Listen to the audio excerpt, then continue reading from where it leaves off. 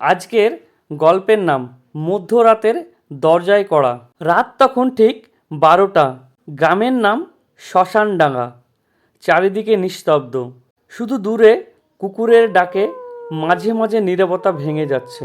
রাহাত একা বাড়িতে, বাবা ও মা গিয়েছে আত্মীয়দের বাড়ি। হঠাৎ দরজায়। রাহাত ভাবল, এত রাতে কে আসবে। সে জানালার ফাঁক দিয়ে বাইরে তাকালো, কেউ নেই।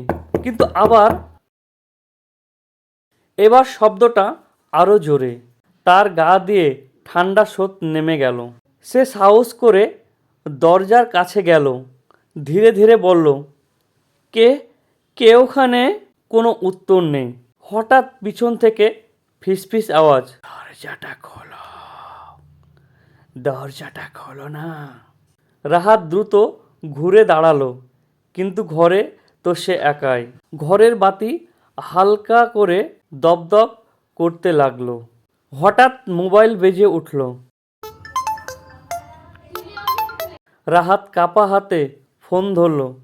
ওপাশ থেকে বাবা বলল, বাবা দরজাটা খোলো না, আমরা তো এখনো রাস্তায়, আর শুনেছি আজকে গ্রামে চোর ঢুকেছে। ঠিক তখনই দরজার বাইরে কারো ছায়া দেখা গেল। আবার গল্পের দ্বিতীয় পার্ট শোনার জন্য আমার এই চ্যানেলটিকে সাবস্ক্রাইব করুন।